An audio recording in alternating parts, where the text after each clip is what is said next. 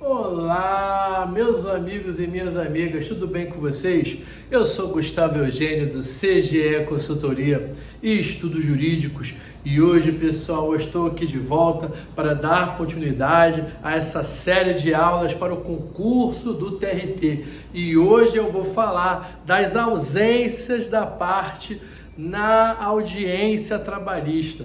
Vou explicar para você qual é a consequência da ausência do reclamante, a consequência da ausência do reclamado e outras características que podem, e outros efeitos também, que podem ocasionar e acarretar essa ausência injustificada.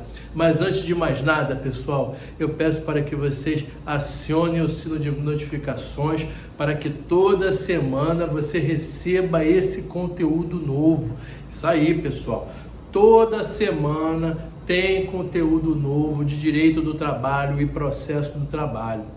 Peço também para você, se você já gostou, dê um like nesse vídeo aqui que irá nos ajudar. E também aproveite e compartilhe esse vídeo, porque a partir do momento que você compartilha esse vídeo, você, além de estar ajudando uma pessoa que quer receber esse conteúdo, que precisa conhecer esse conteúdo de direito do trabalho e processo do trabalho, você também estará ajudando o canal a propagar todo esse estudo de direito do trabalho e processo do trabalho. Vamos ajudar a crescer esse canal e criar uma comunidade de estudantes de direito do trabalho e processo do trabalho e profissionais gabaritados da área trabalhista. Pois é, pessoal, eu hoje decidi falar sobre as ausências de reclamante e reclamado na audiência trabalhista. Tem consequências diferentes e é um tema que sempre cai em concurso de TRT, sempre cai em prova do OAB. Por quê, pessoal? Todo dia, toda hora, tem audiência trabalhista no Tribunal Regional do Trabalho do seu estado, do seu município, melhor dizendo. Sempre tem. Então, você precisa conhecer, se você é uma jovem advogada ou um jovem advogado que está iniciando a prática, você precisa conhecer. E se você já se inscreveu, está fazendo esse concurso do TRT, você também precisa saber, porque é sobre isso que você estará trabalhando e atuando. Então você, da mesma maneira, precisa conhecer. O artigo 844, lá no seu caput, ele já nos informa o seguinte: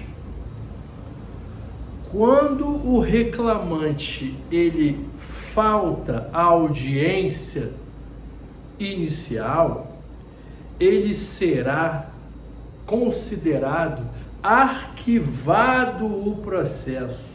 É a primeira informação que você precisa entender. Quando o autor ou quando o reclamante falta à audiência inicial, porque as audiências, elas podem ser audiências iniciais, audiência una, audiência de instrução e julgamento. A audiência inicial é quando tudo se inicia, ou para alguns, audiência inaugural. O primeiro momento que as partes vêm perante o juiz, vêm perante o Poder Judiciário. Então, quando elas vêm de forma inicial, o reclamante ele já peticionou a petição inicial. Tudo bem, mas de qualquer forma, o advogado e o reclamante eles têm que comparecer. Se o reclamante ele não comparece à audiência inicial, a pena é arquivamento do feito, arquivamento do processo. Agora, se o reclamado, se o réu falta nessa primeira audiência, se o réu ele falta nessa audiência inicial, será decretada a revelia, ausência de contestação. Ele não juntou a contestação ali, ele ficou ausente e está surtindo esse efeito contra ele, os efeitos da revelia. E olha só de forma bem simples para você o que seria a revelia. A revelia, ela é a presunção de que os fatos trazidos na petição inicial são verdadeiros. Presunção de veracidade. Preste atenção que eu usei o termo presunção de veracidade. Eu não disse que será acatado plenamente as alegações iniciais. É uma mera presunção. O réu, inclusive, ainda que revel, pode afastar essa presunção. Mas, de qualquer forma, já ocorreu a revelia e os efeitos da revelia para o réu, para o reclamado, geralmente são muito fortes. E nem sempre o réu consegue reverter os efeitos dessa revelia. E, nesse caso, provavelmente, o réu perderá esse processo. Será uma sentença de procedência. Além disso, pessoal, além da informação da revelia, esse artigo 844 nos traz o seguinte, ele também nos traz a figura da confissão. Além o réu ausente, além da revelia, ele sofre os efeitos da confissão. A confissão é diferente da revelia no seguinte ponto. A confissão é considerada a admissão dos fatos.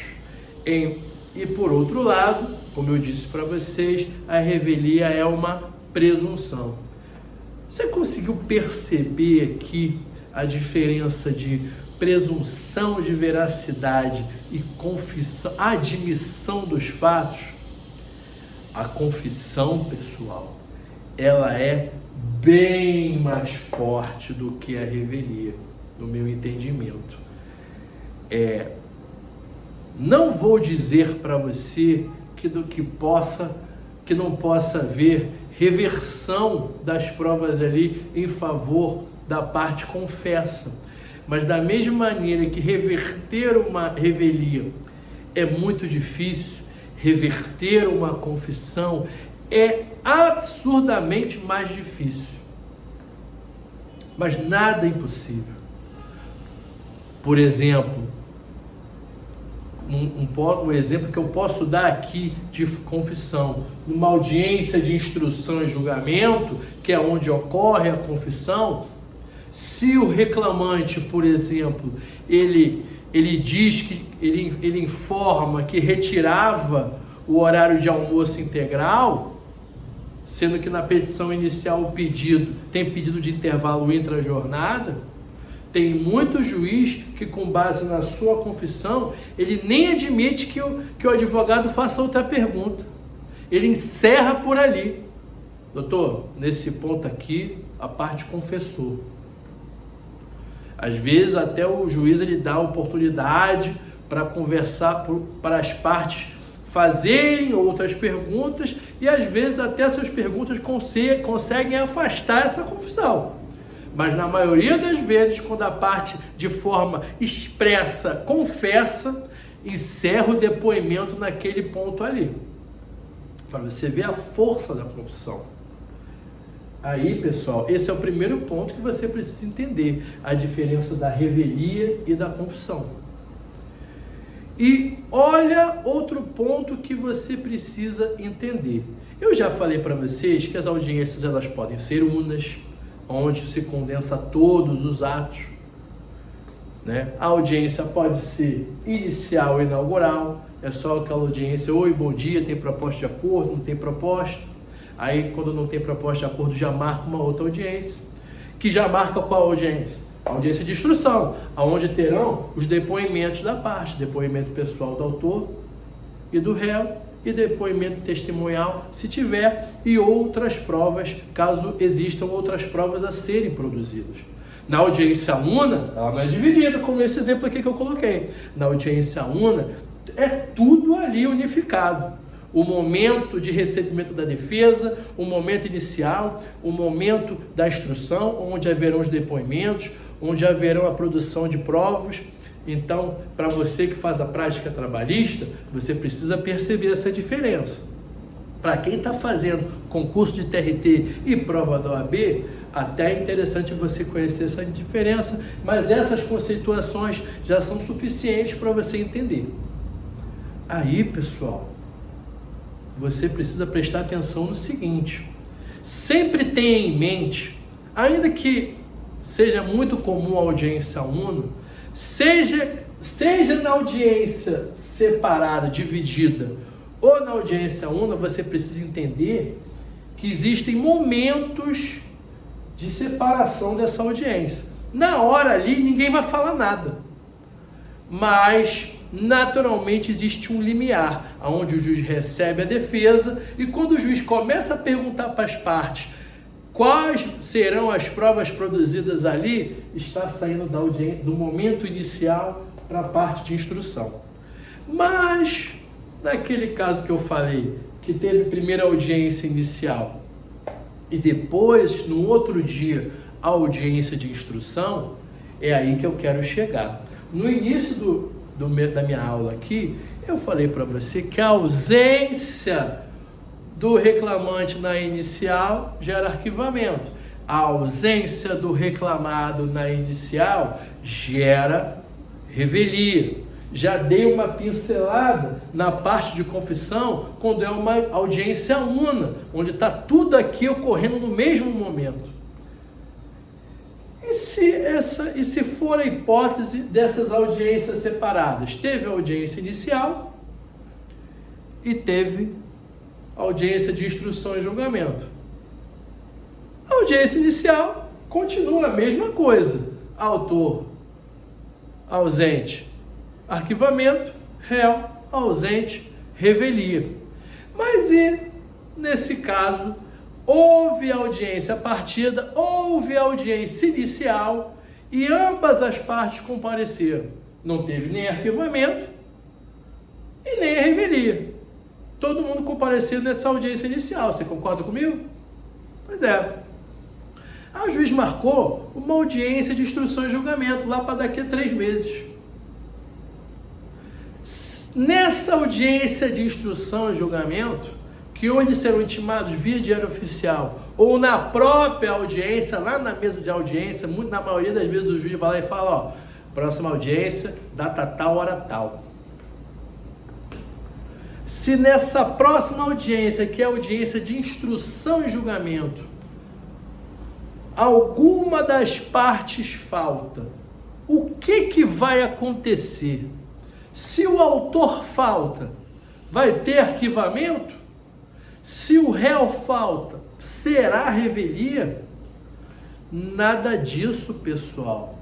Esse momento já foi ultrapassado. Isso é só na audiência inicial. Se qualquer das partes faltar na audiência de instrução e julgamento, apenas será decretada a pena de confissão. Prova disso é a súmula 74, item 1 do TST. Percebe como é importante você conhecer a diferença de audiência una, audiência de instrução, audiência inicial. Já vi muito advogado na audiência de instrução, a parte falta e o advogado pede revelia do réu. Ele não sabe esse detalhe técnico.